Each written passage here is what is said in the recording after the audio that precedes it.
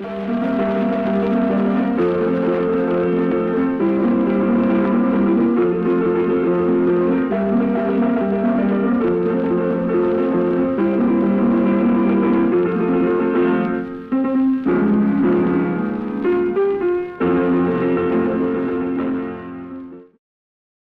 to Hidden Histories, URBAN-15's electronic streaming e-magazine for arts and culture in San Antonio. We want to particularly thank the Santigos Foundation for funding us for a second year, and we're continuing going to bring you what we think are exciting programs. Really want to thank all the people who are logged on tonight. Please get in touch with us through the hiddenhistories.tv website or directly at URBAN-15. Tonight, we're going to take a little spin away from stories and people and personalities, and we're going to do a spin about collections and archives and the places where people put their stuff. Since the Hidden Histories began, people have contacted us and say, oh, I found all these letters, I found all these photographs, oh, I have all my father's stuff from World War II, or my grandfather's stuff, you know, when he was in the WPA planting trees in Wisconsin. And people say, to whom should we be leaving all this material? So we're going to work in two areas tonight. One is a brand new emerging nonprofit here in San Antonio that's really working with the African American community and developing an archives. And then we're going to be working with the Bexar County Historical Commission and their exciting project that they're doing with the Daughters Republic of Texas and Texas A&M University. It's a synergy where three major institutions are putting their energy and their desire to look for the story. It's a bigger project than probably anybody or any individual or any group could do. And so we're going to explore those two things tonight and have wonderful conversations.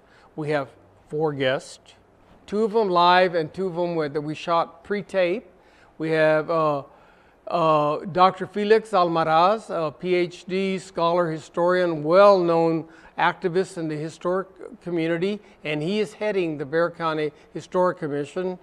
And then we have a young man that just has been in San Antonio in the nonprofit sector here for a few years, and that's Mr. Charles Gentry.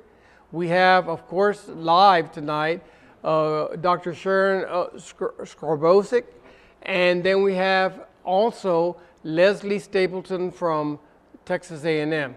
So we have a pretty exciting evening.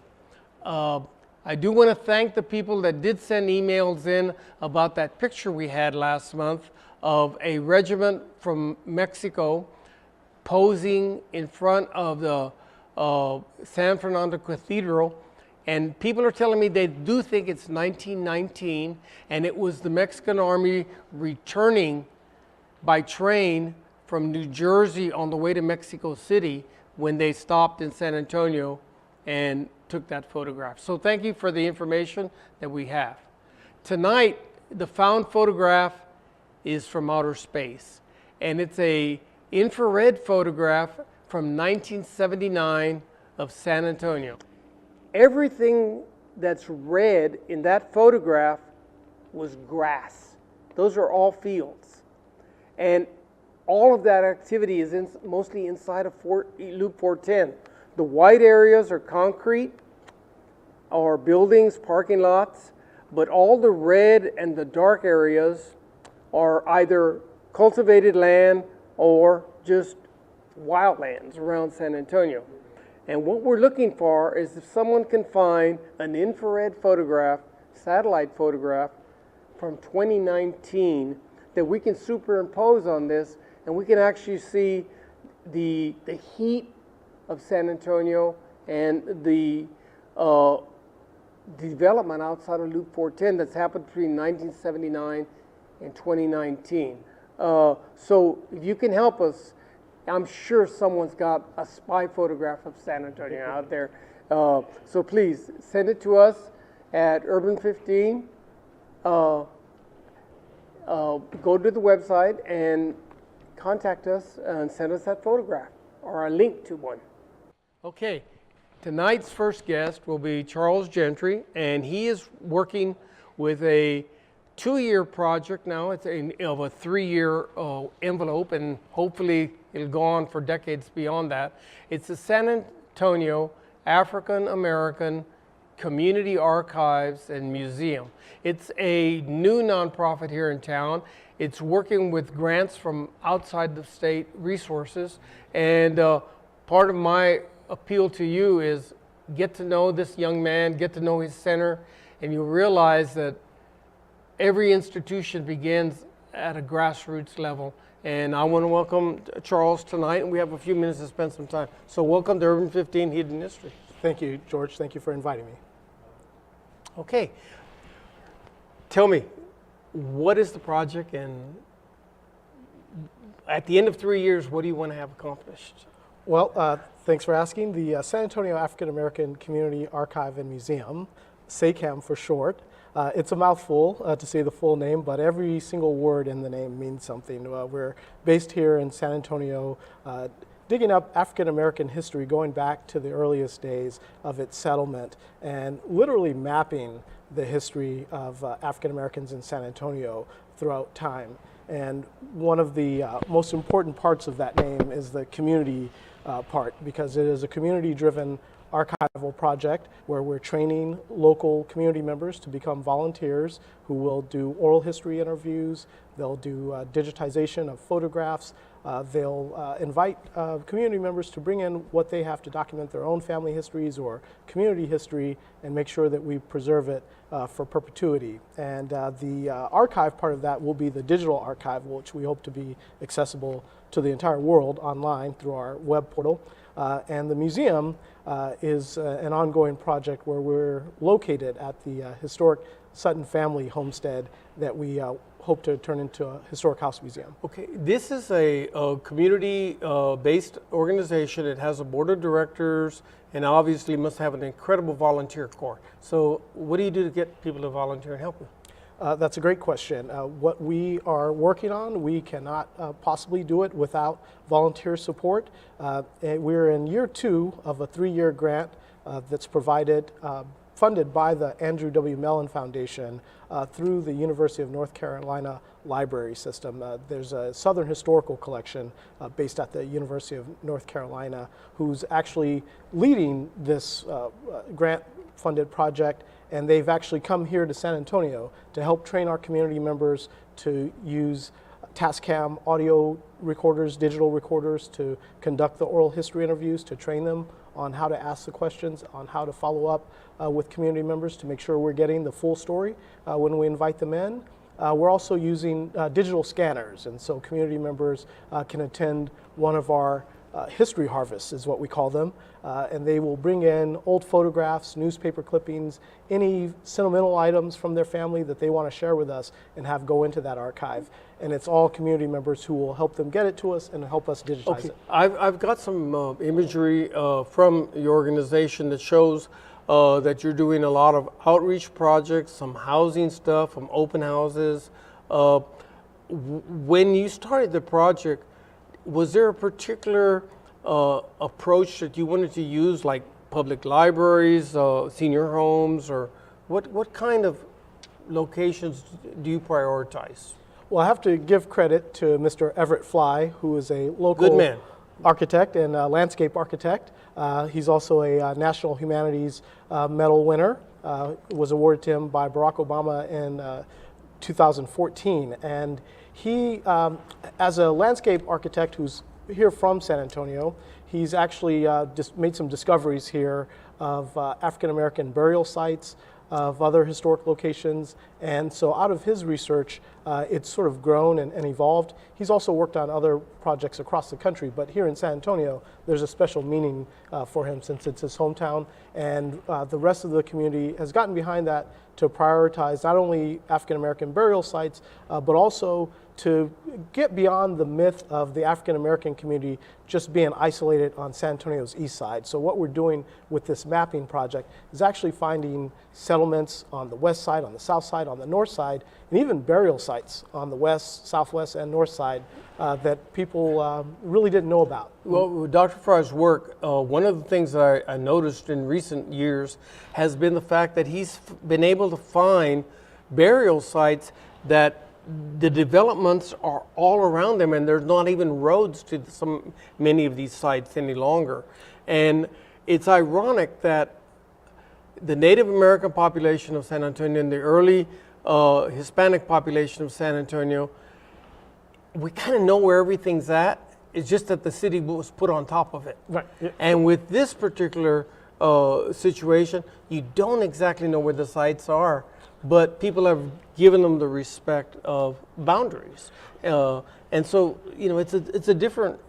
It's an amazing discovery process, to be honest with you, and we've now located some 3 different sites so far in the early parts of this project. One is the historic Winters family cemetery. There's another that is the Hockley family cemetery, and that one is actually located in Northern Hills in San Antonio, so northeast, and it's right adjacent to Northern Hills Elementary School, and pretty much in a Ray Ellison development. Smack dab in the middle of it, we came to find out through the historical research and getting into the archives that it was the property of Jane Warren, a former slave who, after emancipation, somehow came into possession of 100 acres and had a burial plot there that was not just for her family, but for other African American families who lived in a settlement around her.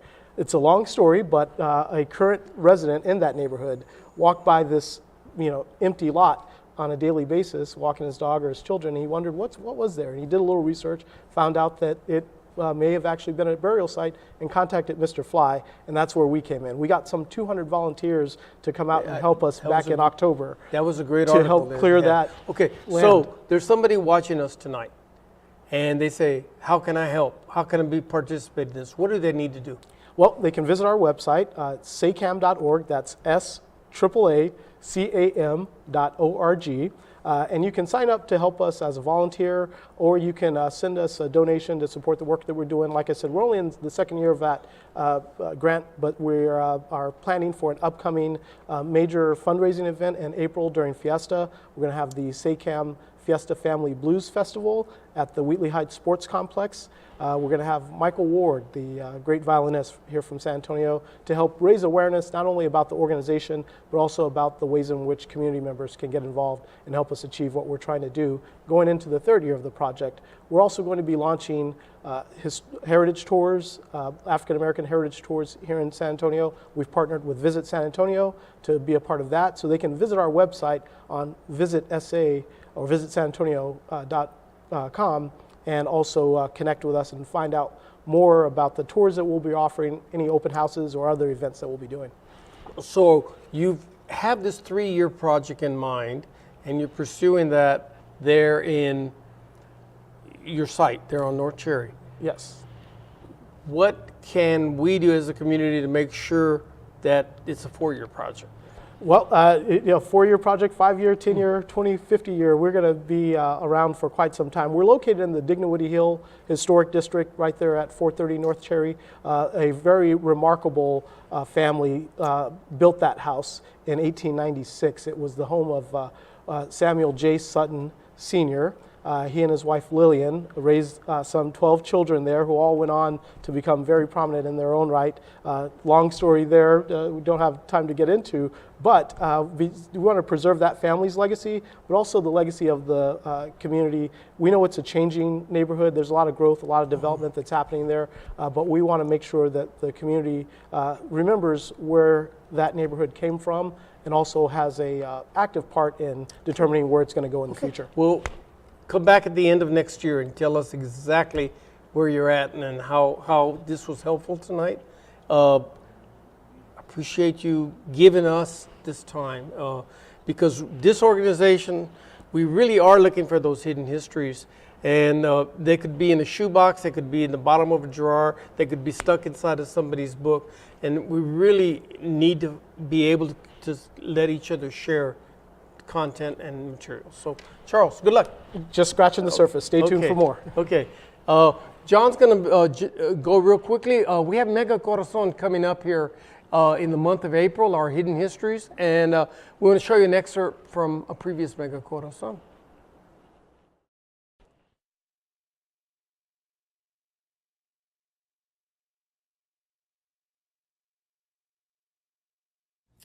Writers write. You'd think this was simple enough, but I happen to know writers who don't write. You're not a writer if you want to be a writer. You're not a writer if one day you plan on publishing the great American novel, but right now you're just taking notes, and you're not even writing those down. If you wrote 1,000 love poems back in middle school that giddy teenagers used in courting each other sometime back in the 80s, but haven't written anything since, then you're not a writer anymore, but you used to be, and you really should be again. A writer writes. That's what I tell the kids. And you don't have to be good to write. You write to get better. When bad writing becomes mediocre writing, becomes good writing, becomes excellent writing. I swear that to you with all my heart, and kid. And writing doesn't have to be a poem. Some of my favorite writers are sports writers, because after the San Antonio Spurs end up winning a 6th NBA championship this year on a Sunday night, even without Kawhi Leonard, I want to read about the San Antonio Spurs winning a 6th NBA championship on Monday morning in the paper. I want to see what kind of verbal spin that writer puts on Manu Ginobili's spin moves. I want to see if Tony Parker's teardrop shot ever kisses the sun. Tell me you're not good at writing, only good at math, and I will have to say to you, now you have forced me to show you the power of writing, because through either similaric or metaphoric extension, writing is or can be like anything else, and sometimes writing is like math, except that words are the numbers. There's addition and subtraction. It's called editing. There are formulas and unknowns, and a beautiful metaphor is like a parabola's approach to infinity. Writing could be the only evolutionary reason we ever gave up our fins for hands. There's a reason why headstones at the cemetery aren't blank. Want to be a revolutionary? First show me what a grito sounds like in ink. Scratch some script on paper, sniff the fire, let me know when the world is burning. And it doesn't really matter what the world says. Despite all those words, nothing is written in the stars. Those are endless connect the dot possibilities, subject only to your own personal cuneiform. So write your own dream from beginning to end. And it doesn't matter that you haven't been a writer in a while. Your refusal to remain silent will be your renaissance of resonance. It's like they always told me when I was a kid. Writers write. Scratch some script on paper, sniff the fire, let me know when the world is burning. I want a clean sheet of paper. This one's got the blood of history on it. This one's been crumpled up by an angry hand, and even when I try to press it flat upon my desk, it's still got all those creases permanently etched into its wings, and that can't be good for flying. I want a piece of paper that can fly. If I can muster up the wind to make it fly, if I can breathe a little altitude into its depths, tie it to my soul by a string and let it beat and pop against the sky. I want a clean sheet of paper. This one's already been used. I don't mind recycled, but I just can't tolerate regurgitated pulp. How am I supposed to turn it into a bird and make it sing if there's already pigeon poop all over it? Excuse me, but this one already says who I'm supposed to be, teacher. I thought you were supposed to teach me I could be anything I was willing to work my butt off for, teacher. I'll be here every day, but I want every day to be a clean sheet of of paper. I'll dust off the shadows of the past myself like I was beating two erasers. And I'll meet you at the blackboard. I'll meet you at your desk. I'll meet you in the middle of any book you dare to open up before my eyes. I know there's light inside the darkness of that spine, and I want to set the world on fire. Not so much as an arsonist, but as a lyrical pyromaniac. This is not a game of limbo, teachers, so don't bring along any low expectations of me. I'm liable to crush them underneath my shoes and utilize the backside of your underestimations as another piece of paper I can use. I want to gargle and swish the ink around my brain and spit out my own stain. I want a surface that's ready and willing to believe anything I have the power in me to make it believe. And trust me, I can convince a sheet of paper that it's still a tree, make it sprout new leaves in the warm springtime of my breath. Just let me have it. Just let me get the fingers of my mind on it, and I'll twist it with my tongue into a complicated piece of verbal origami.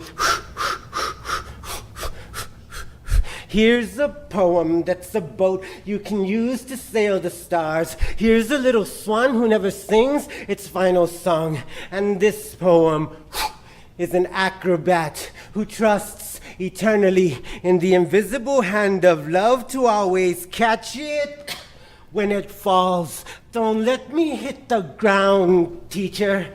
Sometimes the best way to open up to other people's stories is to be allowed to write your own.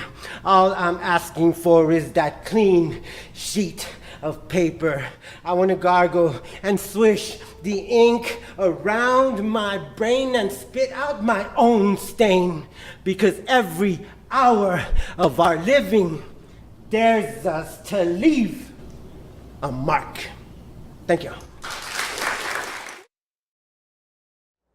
4 weeks from tonight, April 1st, is Mega Corazon.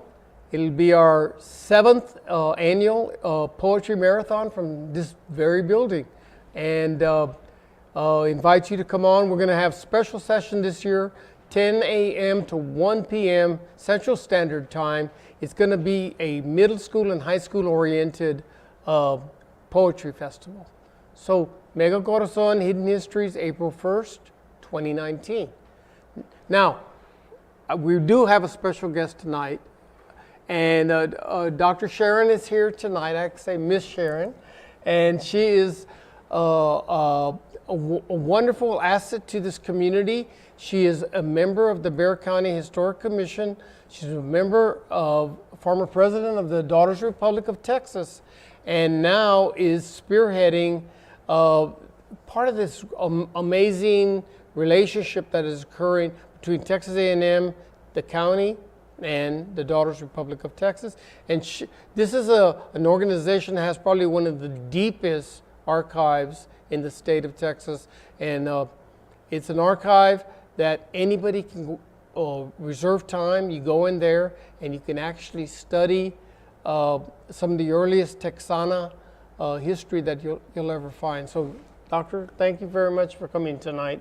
And I want to pick your brain on a lot of things. Thank you so much for having me, George. Yeah, yeah. Well, for one thing, most people don't know about the Bexar County Historical Commission. So let's start there. Well, throughout the state of Texas, various counties all over have their own county historical commission, and as such, they mark historic places. They fund projects that are of a historical nature. They do archaeological studies and those kinds of things. So that's that's the state or the county's responsibilities? Well, it's the county's responsibility, but they each county in the state of Texas has the ability to have a historical commission for their county. And so Bexar County, of course, has one of the largest ones in the state and one of the most active. Well, that has been driven by Dr. Felix Almaraz, pretty much. That's correct. I mean, he hasn't let it ever be stagnant. He's always pushing for something or another. But how did you get involved? Actually, I did some work with Dr. Almaraz in other capacities. I'm a member of the Alamo Mission chapter of the Daughters of the Republic of Texas here in San Antonio, and as such, he's spoken to our group a number of times, and we've done some work together.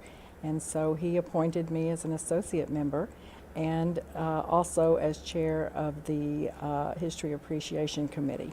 Now, what you do monthly is you report to Commissioner's Court about all the historical things that are happening in Bexar County. So tell me, how do people find you, and how do you find them, and what are you reporting? Well, I know quite a few people from different organizations through my work with the Alamo Mission chapter and the various events that we put on at the Alamo. So I do have kind of a start there with people that I know are involved with history. And I send out a request for information and an explanation of what we're doing. And people just send me back their information and with pictures, hopefully. And then I write it up as a monthly report that goes to, ends up being part of a report that goes to the Bexar County Commissioners. So it's not necessary period or ethnic or anything specific. What you're doing is collecting groups that deal with history. Absolutely. That's and it's what it is. all kinds of history and from all dates and times. There could be something that's fairly recent. It could be something that's very ancient. So if it has to do with history, and it could be ham operators, or it could be something to do with the Republic days, or it could be World War II, but anything that is of a historical nature is what we're dealing with. One of the things that will appear in this next one is about the last blood moon, and because that is a very historic event that just happened. It happened recently, but it also happened anciently, and so it qualifies to be part of my report. So who is like the blood moon expert in San Antonio? Well, I don't know that, but I may become very quickly.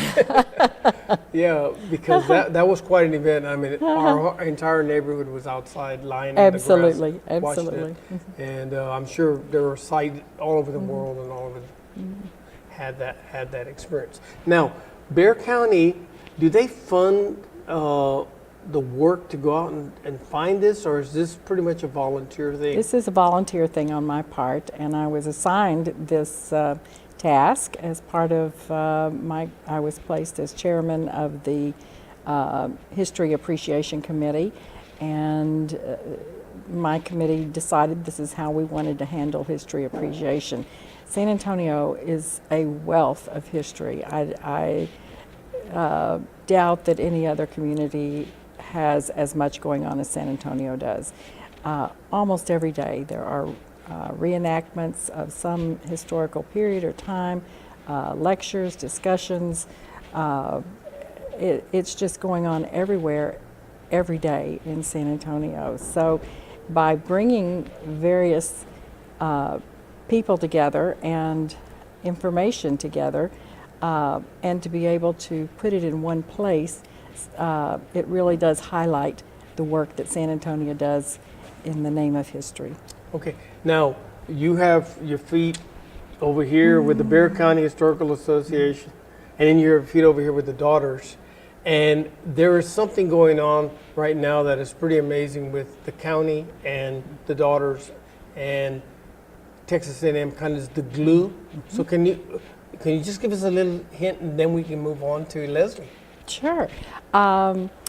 The Daughters of the Republic of Texas have a library collection that they have had since 1945.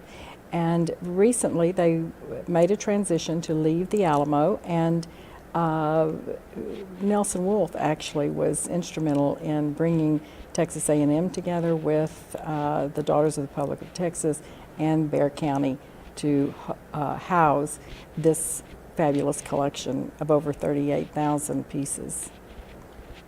38,000, that's a lot of square footage, though, right? A lot of shelving, a lot of stuff.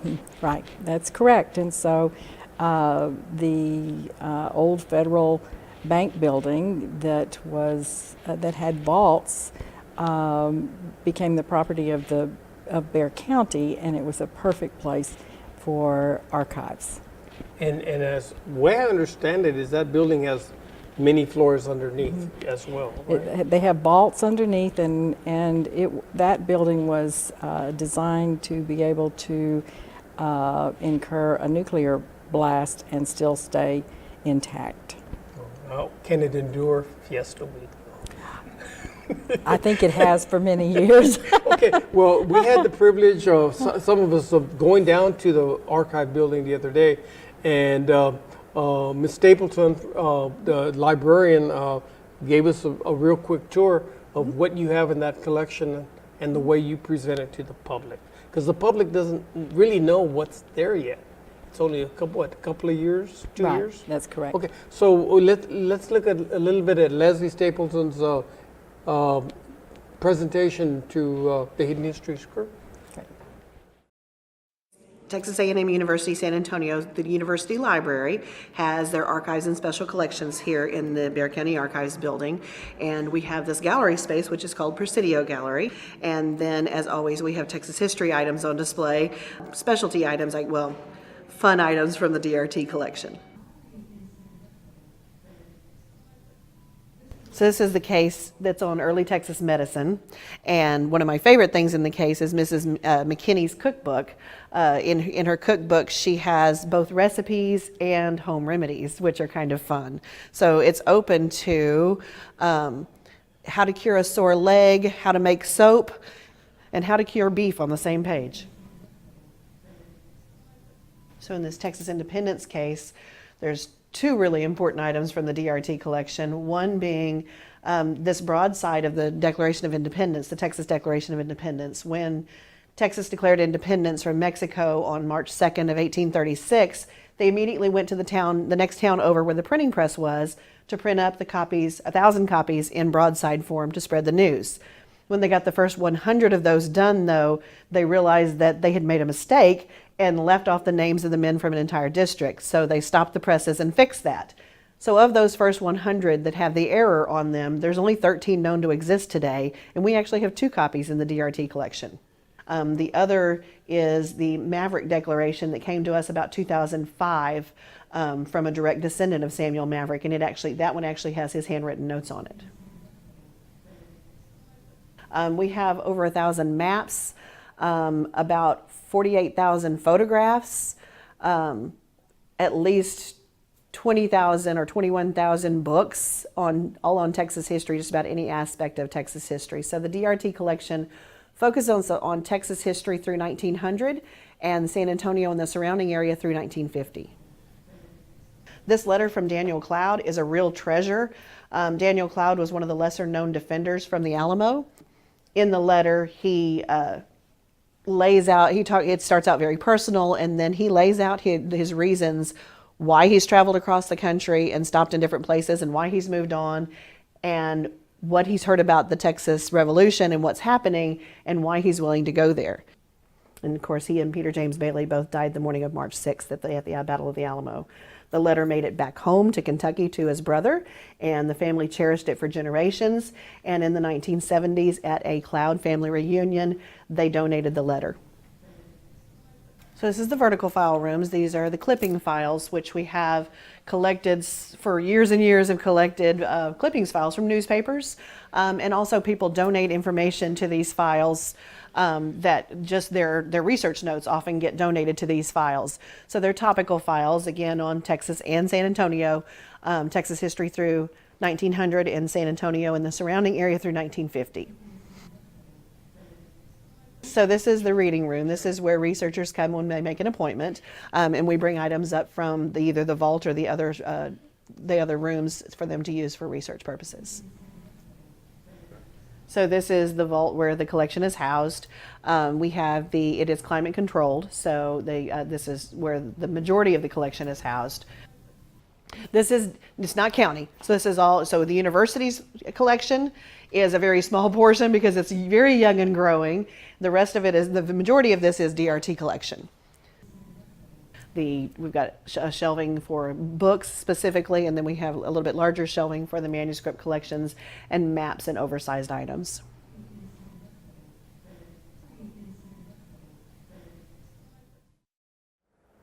That's really amazing that there's that much square footage available to the university to house the collection.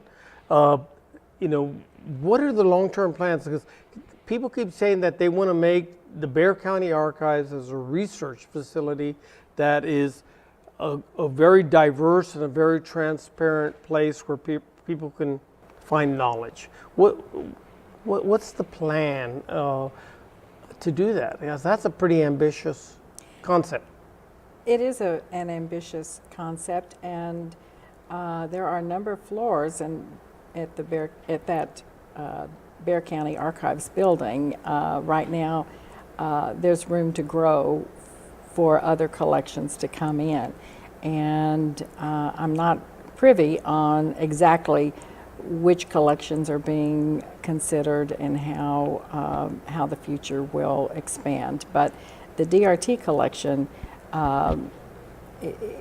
accepts additional information from people. They go through, they look at the type of information it is, and they make decisions about whether or not they will accept donations of this particular type. Now, we've used the word today, archives and collections. How is there a distinction in, are those particular buzzwords for the academic world, or how can the community understand the difference between archives and collections? Well, archive is the actual storage facility and what's in that storage facility. That's the archive. The collection is the content that is involved, and it comes from a number of different sources, and it may be paintings, it may be manuscripts, it may be letters that have been donated. Could be a number of anything, of many kinds of things, and that becomes the collection. The collection goes into the archive and becomes part of history. So someone finds a letter in a shoebox at their grandmother's house when they're cleaning it out, and they don't know what to do with it. What do you suggest people do when they find a letter from 1921 describing the experience of the grandfather fighting in World War I? What does somebody do? Well, the first thing they should do is try to get it preserved, and that's difficult in itself. There are a few people that know how to preserve artifacts or letters or pieces appropriately. They should also have it scanned. Once it's scanned, then even if the actual artifact is lost for some reason, the digital format is saved. If it's of a real historic nature, then there are various places. The DRT library collection is one of them. They can go and have it assessed and looked at and determine whether or not it's something that might be part of, that they might like to donate to the DRT collection. And that's pretty much how this collection has grown. It started off with a donation from Dr. Howard in 1945, and it just grew through donations of people from throughout San Antonio and Texas, actually. It's almost impossible to put a dollar value on a letter. If I had a Van Gogh or something, I could get a dollar value for it, make the donation to a museum or a school or university, and you have value attached to the artifact. How is value assessed? How can you assess value on a letter that might be priceless in terms of community knowledge? That is beyond my pay scale, George.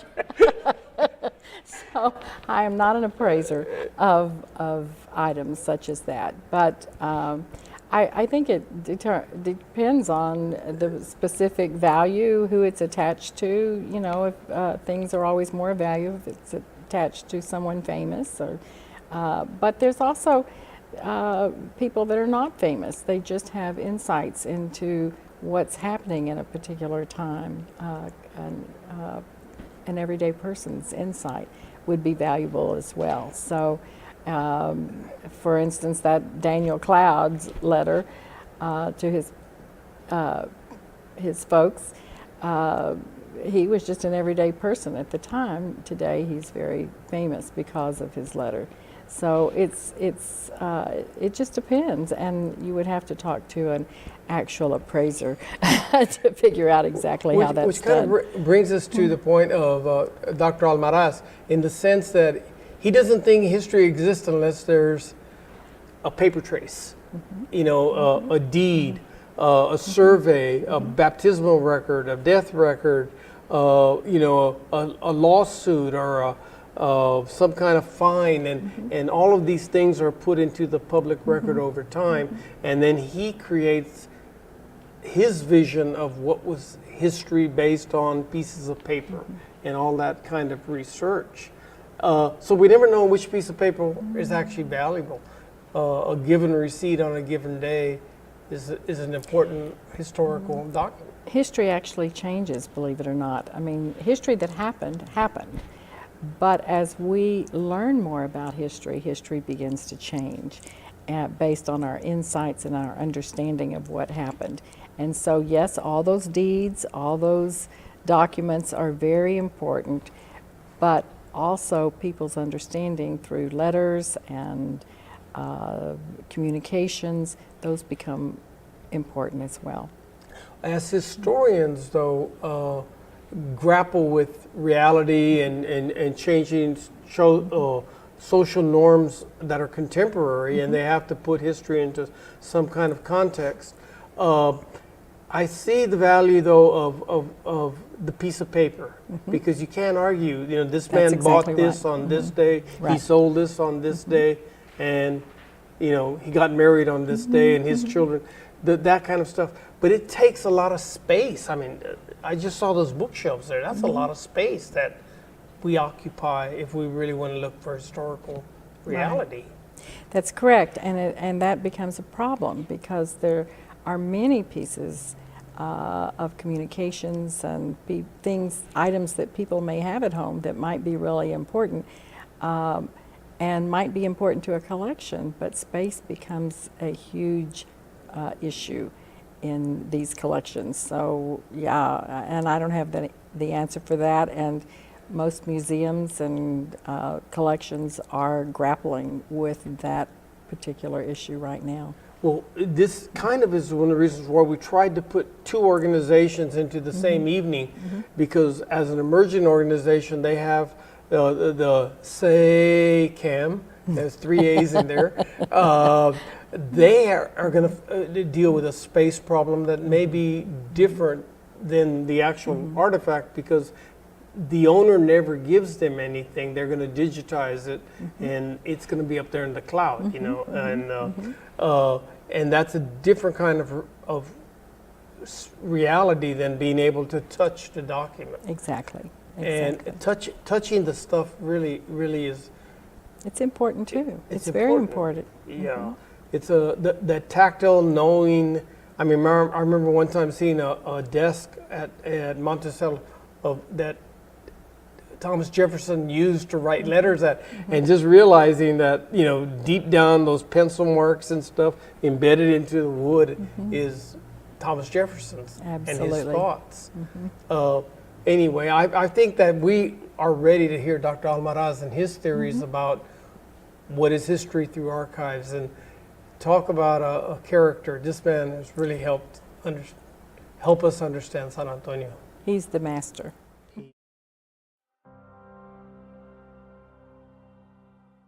besides being the chairman of the Bexar County Historical Commission, this is my 46th year continuous service. I'm also a distinguished research scholar in residence at St. Mary's University, my alma mater, to which I have come home. The experience in going through an educational journey or an odyssey is that in high school and in undergraduate years, yeah, you can get away with using magazines, journals, books as the backup for the material, for the story. When you get into graduate school, then you hear the archives and the archival work. It discourages some students, some graduate students, from continuing in that work. My professor, Brother Joshua Smits at St. Mary's, said, without change there is no history. And you have to go out away from the campus to find materials for your work. You can't expect everything to be curated for you in the university library. You have to go outside. If someone had said to me when I finished my work at the University of New Mexico in 1968 that I would devote more than half of my life to archival research and composition, I might have said, you do not know about what you're talking. Because writing the dissertation, we figure that's the ultimate experience, and why should we do more? But really, when you get your doctor's degree, that's just the beginning. It's another facet, and I'm still at it, and I enjoy it. And by the grace of God, I've been given seniority, and the question is, what am I going to do with my time and my talent? And I thoroughly enjoy doing research. I got into Borderlands history by the back door. I was going to study the positivism, the work of Dr. Gabino Barrera. But then I didn't get to follow that because my professor, Miguel Corrin, died of a heart attack in his physician's office. And so what was I going to do? And I noticed that some of the students at New Mexico who were very courteous to each other were in borderlands. The ones in modern Latin America were cutting each other up, hiding the books so that their colleagues couldn't find them and do research. And so it was a very competitive field, which I did not like. And so I became a borderlander.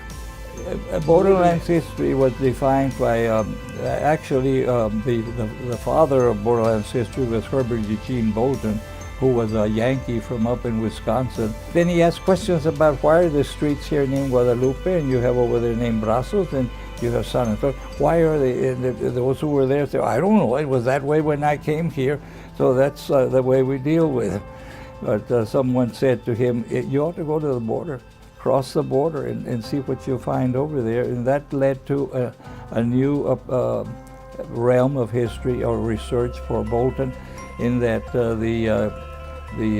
one of the foundations in New York provided him with a grant to make an inventory of all the state archives in Mexico. So he began with Chihuahua, and every summer he would go down there, and he taught himself Spanish, so he became aware of a lot of the material. When he finished after 13 summers, someone asked that he was talking about all these things that had happened and that there was American history, but you had to go to Mexico in order to become aware of a new realm of American history. And they asked him, well, what do you call this? And he didn't know. He said, well, the relations between people on one side of the border with the other. And the editor said, why not Borderlands? And so that's it, Borderlands, the Borderlands. Bolton said, it's another phase of the northward movement from the south of Mexico to the north as far as Alaska. Whereas Frederick Jackson Turner was describing the westward movement, and he said it was spawned in in Europe and across the ocean and then across until they get to the Gulf of to California. And I said, well, Bolton was a student of Frederick Jackson Turner, and he wasn't trying to take anything away from the old gentleman, but he said, this is a new history. This is a northward movement, and the two met up there in the north, and how they blended, how they coalesced, that's to be explored. It's a very exciting field of research, and you become aware of new frontiers. You need leaders in municipal government who have a vision and a passion for history. The restoration of Alamo Plaza is very myopic because the city sees it in terms of tourism, and tourism means money, and then there's another group who see that only the Battle of 1836 is important, nothing before. And my point of view is, if it had not been for the mission period and those who were there who constructed the plaza from where they got their worldview, and they heard the drum across the river, and that meant news has arrived, that we need to go and find out what it is. I said there should be two legacies for that plaza. Sure, you can have the Battle of the Alamo, that's one leg, but the other is a longer legacy of 75 years of a mission period that laid the foundation and buried people who died. But you have a very strong push from the Bureau of Tourism for the city. And they don't want any change, because then the change will confuse the people. But yet, I think that we have a responsibility to teach the history. There was a very long history before the battle. But if it hadn't been for the 75 years in order to create the foundation, the battle would have meant nothing. Perhaps there would not have been a battle if there hadn't been a mission period. Might have been someplace else. What I learned was that the mission evangelized. That was the objective, to evangelize and to convert. The conversion took a long time, and conversion did not mean adopting a European theology. Conversion means changing their way of life from being nomadic to being sedentary. And the mission gave them that opportunity to become the sedentary people. And the mission was founded by the Crown, administered by the church, but it did not belong either to the Crown or to the church. The mission by law belonged to the indigenous people who were undergoing conversion inside the plaza. And that's a radical thought in North American history. North American historians, they would just write in, oh well, they were Christianizing, and that's it. One sentence will do. But it was more than that. That is a radical concept, that what was created by the mission was a new society, a different society. Because when the mission period ended, then the ones who were there became the vecinos. And the mission was no longer a mission, it was a pueblo with a church and a government. He said that this is new, so I have to tell that story. But once I was stuck, I couldn't let go. I had the archival dust in my nostrils and I couldn't let go.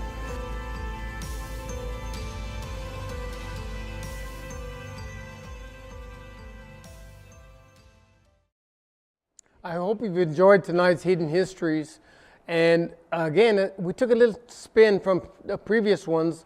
We're talking about the stuff. Where do you put it? How do you deal with it? How do you interpret it? We're going to continue on this vein. There are other archives in San Antonio, other collections. Coming up in the next few months, we will be looking at the Happy Foundation's collections. We want to make sure that this is something that San Antonio is aware of. We also want to make sure that the Catholic Church archives are something that can be showcased. It's an amazing collection out there at the Chancery, and there are other emerging and hidden archives out there. If you have that file cabinet at home and you've been collecting stuff for years, let us know and we can help you direct that to the right sources of preserving that material.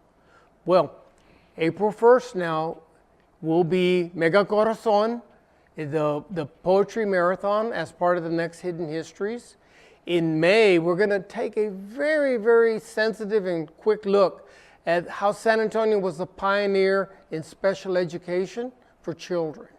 And we have people who came through both the private and the school district systems who will be giving us stories of that legacy, where how we put kids with special needs, how they became included, not separated. It was a long, painful history, but we're going to explore that part of San Antonio. In June, Father David Garcia is going to be here visiting and talking with the effects of Vatican II on San Antonio. It's a very, very exciting story of what happened, particularly in the south and west parts of town, when priests started preaching social liberalism, and what happens in terms of city services, elections, and that history of the effects of Vatican II will be fascinating to watch.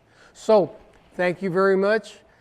Stay in touch. Contact us, mail, email, phone, any way you can. Pigeons if necessary, but we want your hidden histories. Thank you and good night.